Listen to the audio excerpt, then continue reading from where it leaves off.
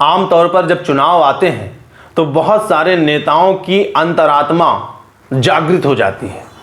5 साल तक ये अंतरात्मा बिल्कुल अपने सुषुप्तावस्था में होती है, बिल्कुल सोई होती है।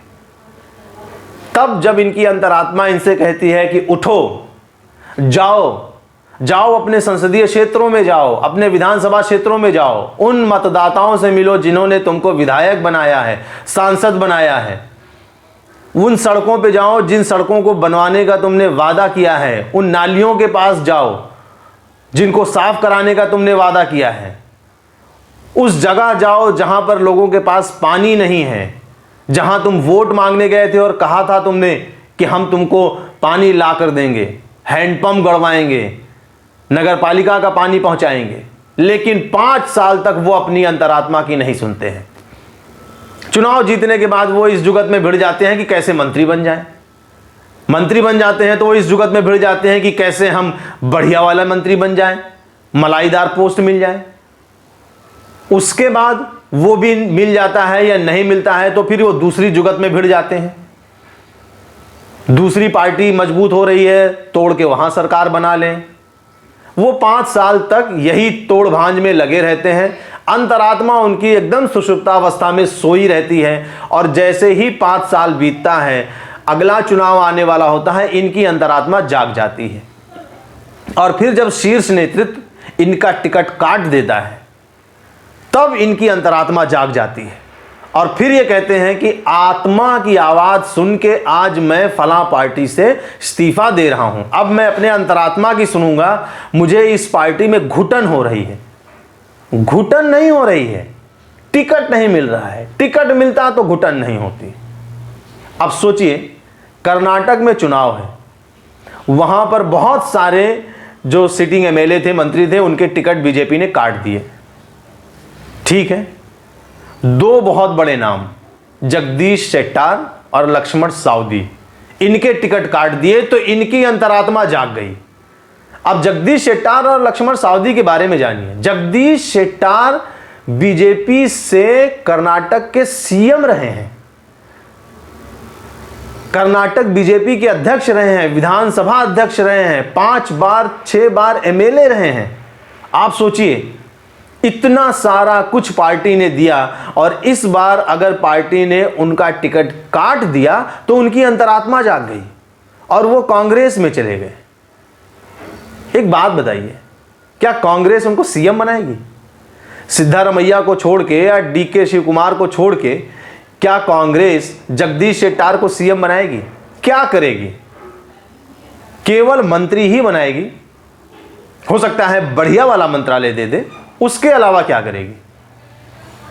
केंद्र में सरकार बीजेपी की है और हाल फिलहाल अभी कांग्रेस की वहां सरकार आने की कोई संभावना दिख नहीं रही है। कर्नाटक में मुख्यमंत्री बनाए नहीं जाओगे तो ऐसा क्या है जो तुमको कांग्रेस दे देगी और जो तुमको बीजेपी ने नहीं दिया इतने साल में? और अब अगर बीजेपी ने तुमको टिकट नहीं दिया तो तुम्हारी अंतरात्मा जाग गई। लक्ष्मण सावदी, वो जिस सीट से टिकट चाहते थे उस सीट से जो सिटिंग एमएलए है उसका टिकट रिपीट किया गया। इन भाई साहब की अंतरात्मा जाग गई। इनको बीजेपी ने उप मुख्यमंत्री बनाया था, इनकी अंतरात्मा जाग गई और इन्होंने कांग्रेस ज्वाइन कर लिया। और कांग्रेस ज्वाइन करते ही इन्होंने बोला कि अगर मैं मर जाऊं तो मेरी लाश को भी बीजेपी कार्यालय के सामने से ना ले जाया जाए। आत्मा इस लेवल तक जाग गई है, इनके 8 चक्र जागृत हो गए हैं, सारी कुंडलिनियां इनकी जागृत हो गई हैं। सोचिए, सिर्फ और सिर्फ एक टिकट के लिए अगर वो टिकट दे दिया जाता तो इनकी सारी कुंडलिनियां सोई हुई होती, सारे अष्ट चक्र 9 द्वार इनके बंद होते और ये बीजेपी का गुणगान कर रहे होते। बीजेपी ने इनको उप मुख्यमंत्री बनाया है, एमएलसी हो, ऑलरेडी हो।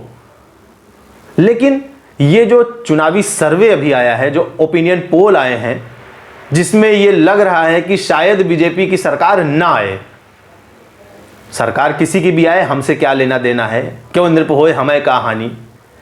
लेकिन इतने साल तक जिस पार्टी में तुम रहे, जिस पार्टी ने तुमको मुख्यमंत्री बनाया, उप मुख्यमंत्री बनाया, अगर उस पार्टी का ओपिनियन सर्वे में थोड़ा सा पिछड़ता हुआ दिखाया जा रहा है तो तुम्हारी आत्मा जागृत हो गई।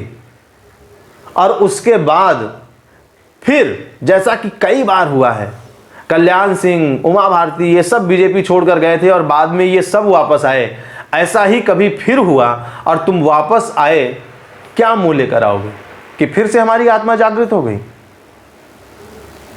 आत्मा जागृत नहीं हुई है। दरअसल नेताओं का कोई धर्म नहीं होता है, इनको चाहिए केवल सत्ता।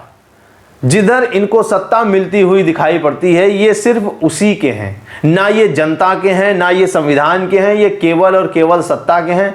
सत्ता मिले तो इनसे कुछ भी करवाया जा सकता है। जगदीश शेट्टार इतने बड़े नेता हैं, अगर कर्नाटक में बीजेपी की सरकार बन जाती है या नहीं भी बनती है, इतने बड़े नेता को कहीं ना कहीं पार्टी को तो सेटल करना ही है। राज्यपाल बना सकते हैं, केंद्र में बुला सकते हैं, पार्टी का प्रदेश अध्यक्ष बना सकते हैं।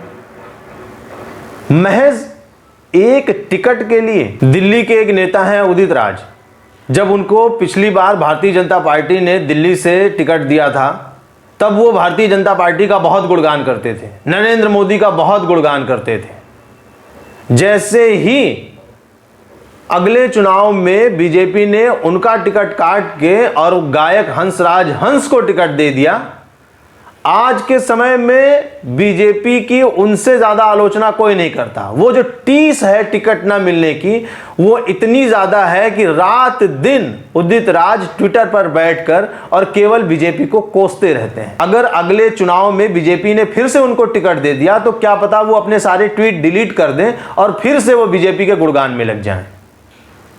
ज्योतिरादित्य सिंधिया इतने बड़े नेता कांग्रेस के, उनके पिता माधवराव सिंधिया इतने बड़े कांग्रेसी, लेकिन मनमुटाव हुआ, तुरंत कांग्रेसी से भाजपाई बन गए। और अब वो ऐसे भाजपाई बने हैं, ऐसा लगता है कि जैसे वो बाल स्वयंसेवक थे। वो बचपन से संघ की शाखाओं में जाते थे और भारतीय जनता पार्टी के नाम की घुट्टी उनको बचपन से पिलाई गई है। इसी कड़ी में एक और नाम है सचिन पायलट, जो धुर कांग्रेसी हैं। उनके पिताजी राजेश पायलट धुर कांग्रेसी, राजीव गांधी के साथी। लेकिन पिछले दिनों अशोक गहलोत से जो उनका विरोध है वो अपने चरम तक पहुंच गया।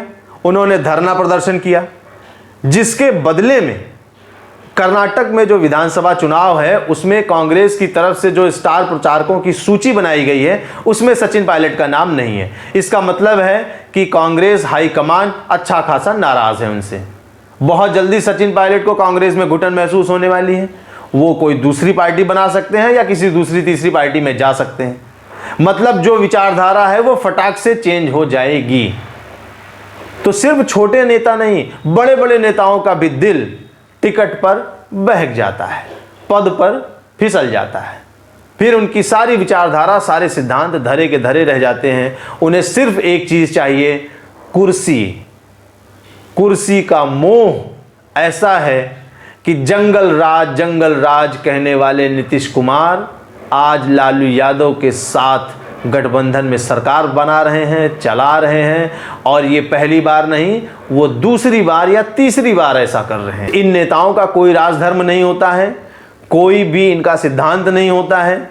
ये हम जनता हैं जो मूर्ख बनते हैं और नेताओं की वजह से किसी पार्टी से जुड़ जाते हैं, जबकि होना क्या चाहिए, पार्टी की वजह से हमें किसी नेता से जुड़ना चाहिए। हमें किसी पार्टी की विचारधारा अच्छी लगती है तो उसका जो नेता है वो मेरा नेता है। लेकिन नहीं, होता इसका उल्टा है। हम किसी नेता को अपना आइडियल बना लेते हैं और फिर वो जिस पार्टी में जाता है हम उधर उधर घूमते रहते हैं। तो कभी हम भाजपाई हो जाते हैं, कभी कांग्रेसी हो जाते हैं, कभी हम आम आदमी पार्टी वाले हो जाते हैं, कभी हम सपाई हो जाते हैं, कभी बसपा वाले हो जाते हैं। नहीं, हमको एक पार्टी की विचारधारा से टिके रहना है। वो जिस भी नेता को सामने लाकर खड़ा करती है वो हमारा नेता है। इसीलिए नरेंद्र मोदी अपने हर चुनाव में कहते हैं कि हर सीट पे कमल का निशान आपका नेता है, वही आपका नेता है। कमल के निशान पे वोट देना है, किसी व्यक्ति को वोट नहीं करना है। तो विचारधारा चेंज कीजिए, अपना आइडियल चेंज कीजिए और नेताओं से किसी भी तरीके के सिद्धांत उसूल भूल जाइए।